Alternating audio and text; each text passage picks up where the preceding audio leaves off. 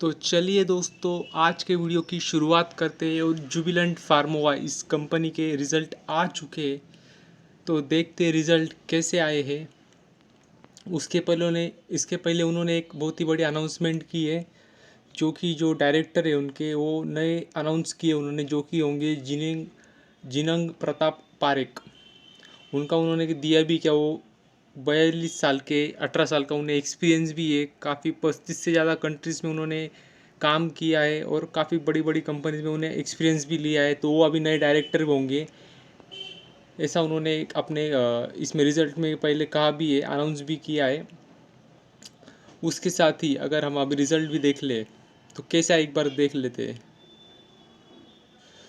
तो total income है वो पिछले साल थी इसी क्वार्टर में 3291, जो कि पिछले क्वार्टर में आई है 2333 और अभी आई है 2047। तो कह सकते जो इनकम है उसमें अच्छी खासी गिरावट आई है, ईयरली भी और क्वार्टरली भी। एक बार टोटल एक्सपेंसेस देख लेते हैं कि खर्चे कितने हुए। तो अगर खर्चों की बात करें तो खर्चे जो पिछले क्वार्टर में थे वो 2310 थे, और पिछले साल थे इसी क्वार्टर में वो थे 2309, और अभी जो आए वो है 2050 लगभग।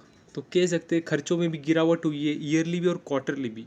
पर हमें तो देखने होंगे कि अब प्रॉफिट, नेट प्रॉफिट कितना है, क्या कितने पैसे कंपनी के पास बचे सब हो जाने के बाद।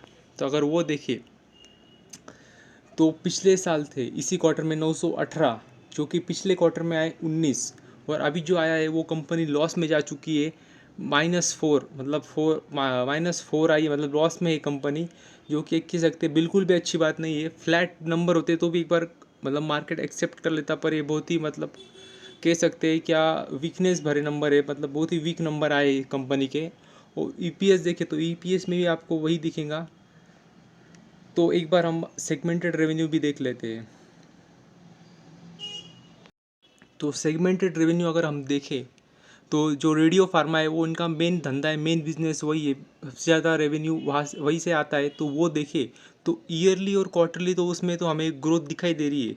मगर और भी अगर कंपोनेंट देखें तो एलर्जी, इम्यूनोथेरेपी, उसमें भी क्वार्टरली और ईयरली थोड़ी ग्रोथ है। मगर हम देखें contract development and manufacturing organization, तो उसमें कह सकते फ्लैट आंकड़े। जेनेरिक में देखें तो आंकड़े थोड़ी गिरावट है।